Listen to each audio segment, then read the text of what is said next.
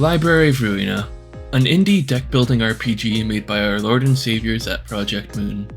Known for its story, dedicated, and I mean dedicated fanbase, the infamous difficulty spike, and a lot more. Now, this isn't an easy game, and I'm not good at deck builders by any means. So what if we could bypass a lot of that difficulty? What if there was a way to have the game play itself? Well, I'm glad you asked, because that's what we're here for today. Most people might have missed it, but Ruina has an autoplay function. It's by no means a good one, but hey, it's there. Why not see how far it'll go?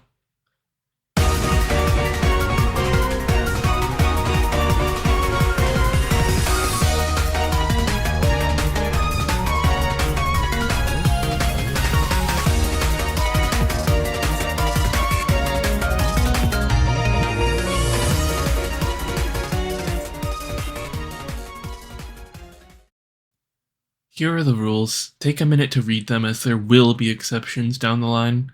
And without further ado, let's get into this.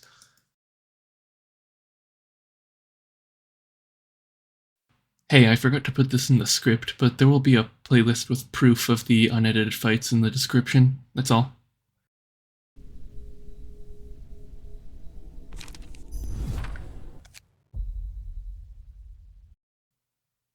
Canard.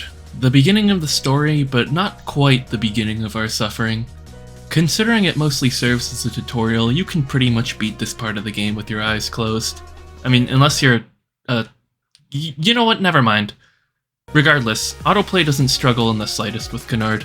Unfortunately for us, this trend will continue throughout a surprising amount of the main story. Abnormalities, however, are a different story. Anyone who has played this game can tell you that there is a lot, and I mean a lot, of mechanics for these fights, so needless to say, letting the game play itself usually won't result in a success the first time around. The gameplay pattern for the first few chapters is simple. Do fight, burn books, upgrade deck, continue. It's really nothing noteworthy. Like, I'll show you some stats for each fight, but they're so trivial we're only gonna focus on the Abnormality fights for the first couple chapters. If you don't believe me, I'll have unedited footage in the description, go watch that if you want. And with that in mind, let's continue to our first abnormality, that being Bloodbath. Now despite my previous statements, this one's pretty easy. Just start combat without doing anything when it's blocking, use autoplay when it isn't. Simple enough, right? Next up is Scorched Girl. This fight isn't too bad either, although it requires a bit more luck. Sometimes Malkuth will just refuse to target anyone but the Scorched Girl, and then just slowly die to the matches. I actually struggled with it for a few attempts, but it turns out the problem was the page I had equipped was weak to the only damage type that the enemies use. Yeah, look, I never said I was good at the game, okay? Anyway, after a few uneventful invitations, we're at Forsaken Murder, which is just another regular fight. You know what, we're just gonna speedrun the boring parts before everyone clicks off the video. Let's go. First we get Mars Page and 2 speed die. This is important because autoplay hates clashing and having an extra attack is vital when most fights turn into a DPS race. Next is today's Shylock. Simple gimmick, same as a regular playthrough. Same deal with Heart of Aspiration. Remember this page though, it'll be useful. Now we turn the local law enforcement into literature and get even more speed die. Then Molar Office for another object art page. Stray Dogs for cards, I guess? Update decks, hit P in space a couple of times, and then Fragment, Teddy Bear, Reddit, and these weird fucking axe shoes are all defeated.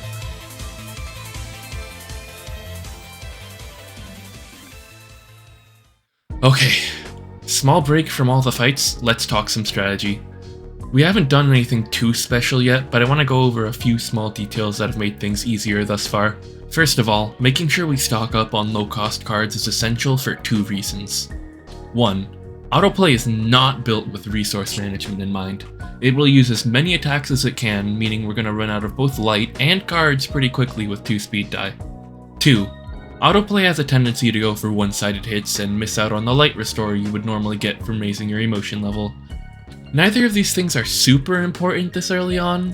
Fights are usually pretty short and we're well equipped to deal with them, but it's best to get into the habit before we get to realizations and other longer encounters. The other important thing I want to note now is the ego page, Fervor and Beats. This card is incredibly strong early game. Fights are relatively short, so the turn limit is usually irrelevant. and with the amount of attacks we're tanking, having high resistances goes a long way. That being said, it will only really be useful for a few more fights, because we're close to getting one of, if not the strongest Abnormality card for this playthrough. Let's not get too ahead of ourselves though, we still got a few more fights to get through before we can get into the meat of things, so let's get back to it.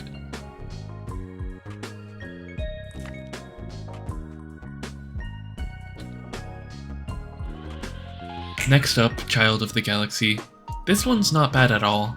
While the gimmick of killing both enemies simultaneously seems like something Autoplay would struggle with, the fact that there's only 2 makes it pretty easy actually.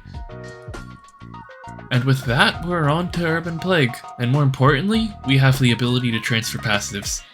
Granted, our options are somewhat limited, but we have more than enough to make things easier.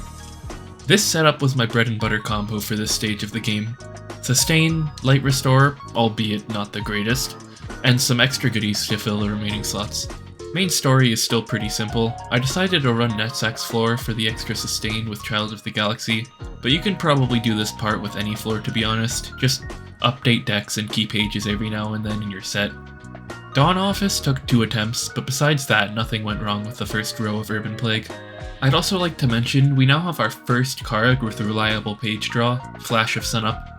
Until we get better options, this is going to be in pretty much every deck we run. After that, we're going to go back and do a few more abnormalities, and let me tell you, this abnormality right here, this thing is the GOAT of this playthrough. Porcubus, is that how you... whatever, we defeat this guy and now have no reason to use any other floor. This card here, Laughing Powder, is so good for autoplay. Getting stagger back when attacked, combined with the HP sustain a Child of the Galaxy gives, makes Netsack's floor perfect for this run. I cannot emphasize enough how important this is for us.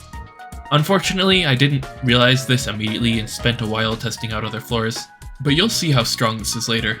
Anyway, we have a few more abnormality fights to do, quick and easy, so let's tackle those. Spiderbud, Singing Machine, and Fairy Festival are all what you'd expect at this point in the game. Just throw your best pages down and watch things work out.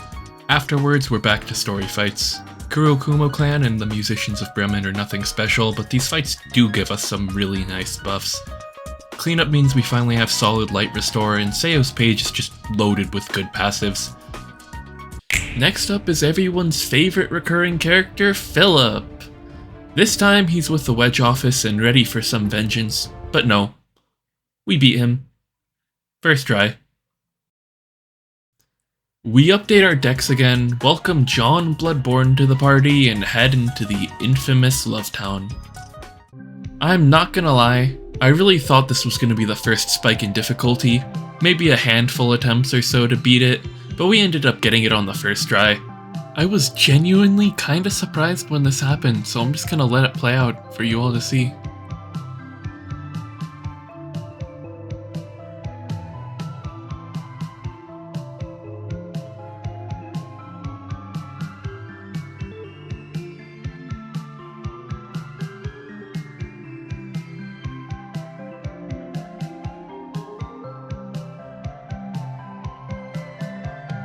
So, we've made it all the way to Urban Nightmare using exclusively autoplay, and barely had any hiccups along the way.